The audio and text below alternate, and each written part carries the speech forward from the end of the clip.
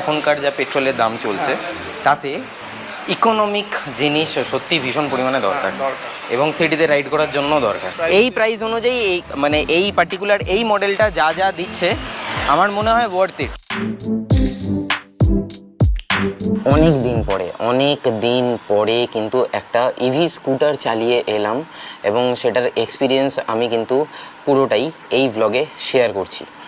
Welcome back to my channel everyone. I hope you guys are doing stupendabulously fantastical. যখন আমি স্কুটারটা চালিয়েছি, যদিও বেশি সময়ের জন্য আমি চালাতে পারিনি, শুরুতেই বলে রাখছি অল্প একটুখানি সময়ের জন্য আমি চালিয়েছি, একদমই অল্প। তবে কি হয়েছে না হয়েছে সমস্ত কিছু ইচ অ্যান্ড এভরি ডিটেল আমি তোমাদের সাথে শেয়ার করব। তো বেশি কথা না বাড়িয়ে একদম শুরু করা যাক শোরুম থেকে। বলছি মাইলেজ কত দেয় তোর বাইকে? 25-23 সিটিতে। আমার বাইকে টেনে টুনে ওই রকমই মোটামুটি 30 টেনে টুনে, তাও মানে তেল ভরালে তো হয়েই গেল। আর যখন আমার কাছে বাইক ছিল না তখন আমি অনেকগুলো বাইক চালিয়েছি, তো তখন একটা জিনিস ফিল হয়েছে যে এখনকার যা পেট্রোলের দাম চলছে তাতে ইকোনমিক জিনিস সত্যি ভীষণ পরিমাণে দরকার এবং সিটিতে রাইড করার জন্য দরকার।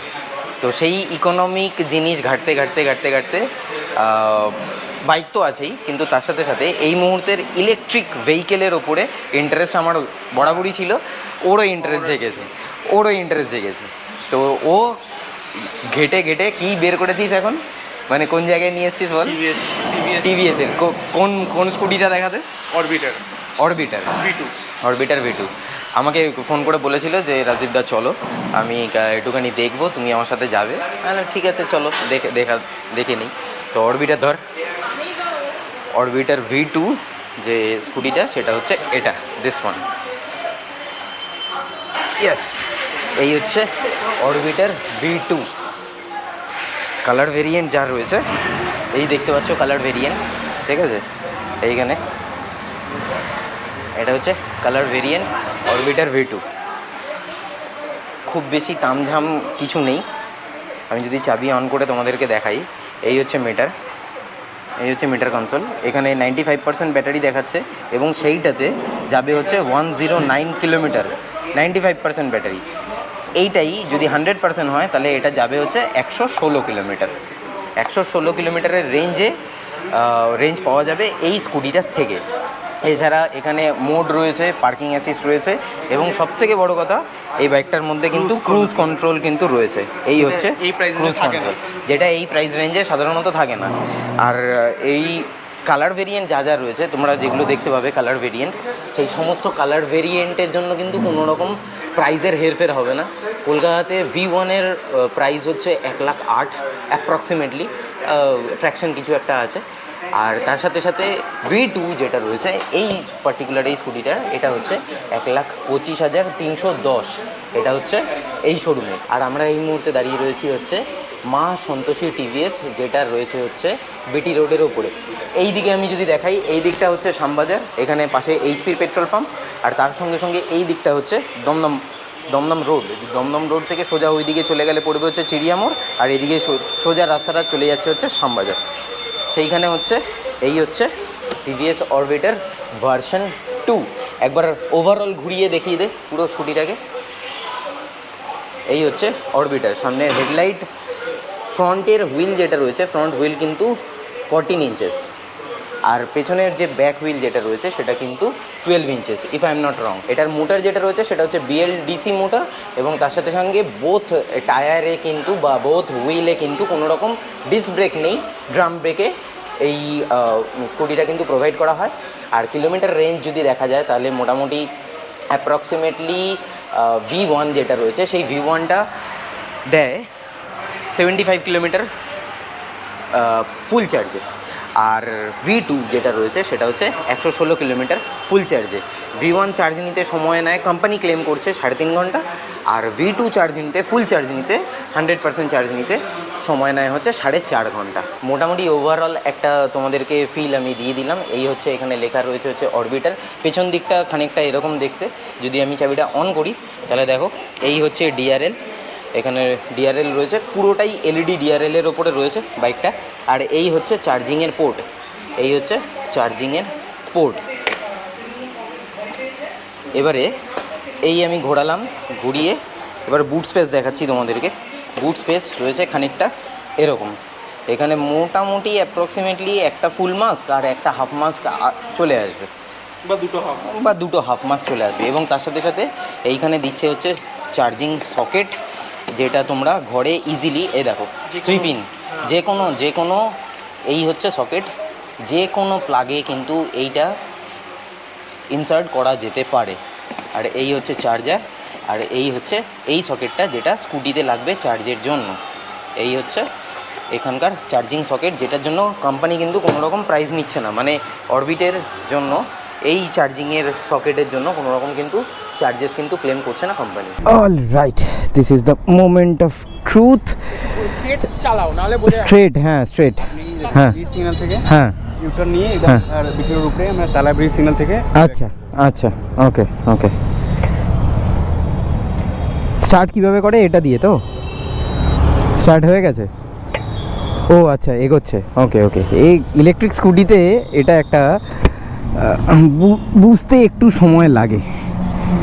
ওকে ওকে ওকে। এই এই আমার বহুত হাত কাঁপছে, স্কুটিতে আমার একটু প্রবলেম হয়, একটু ইনিশিয়ালি প্রবলেম হয়। আরে বাবা রে, তবে ককপিট ভিউ দেখতে খানিকটা এরকম।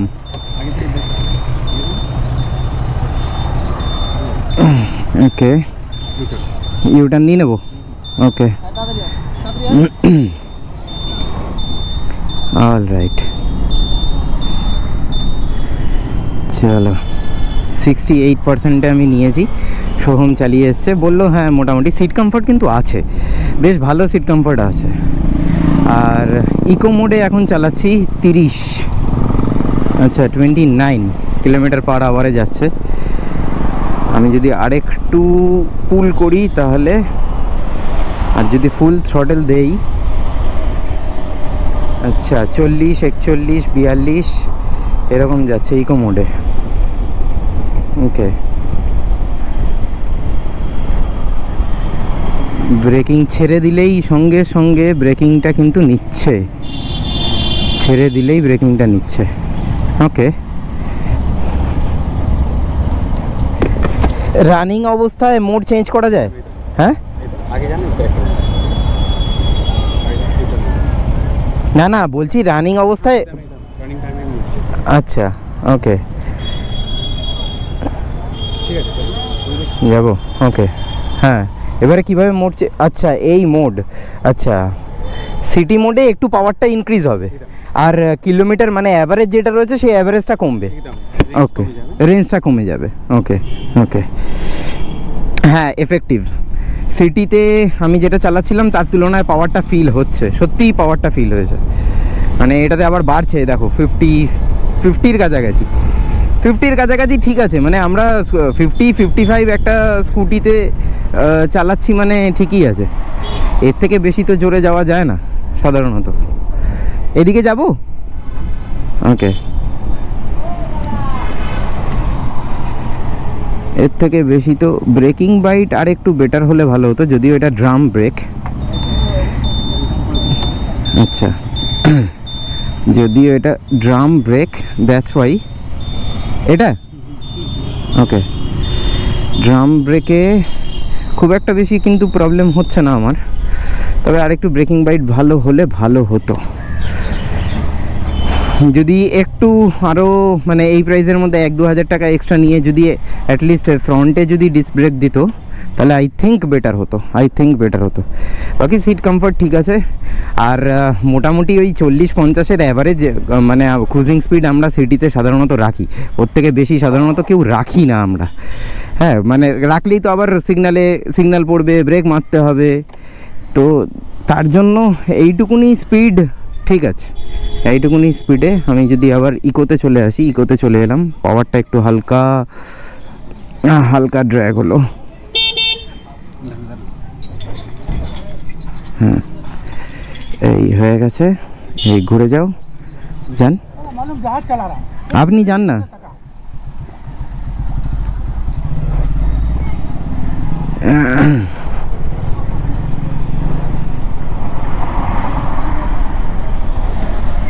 এবড়ো খেবড়ো রাস্তায় সাসপেনশন কিন্তু এখানে ব্রেক করুন, এখানে ব্রেক, হ্যাঁ গাড়ি ব্রেক করুন, গাড়ি ব্যাক মানে ঘুরিয়ে নেব। এখানে তো রাস্তা নেই।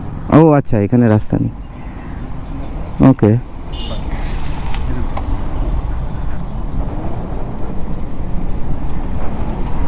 তাহলে এটায় ঢোকালেন কেন যখন রাস্তাই নেই?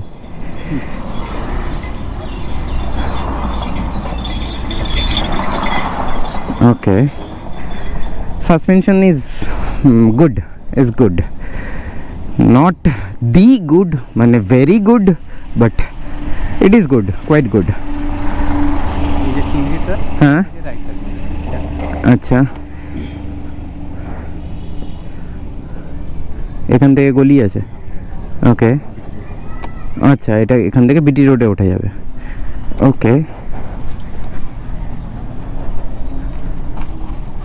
আচ্ছা চলো, গলি গালারও এক্সপিরিয়েন্স। ও আচ্ছা, এ তো এইটুকুনি, আচ্ছা আচ্ছা আচ্ছা, ওকে। হ্যাঁ, লেফট, ওকে।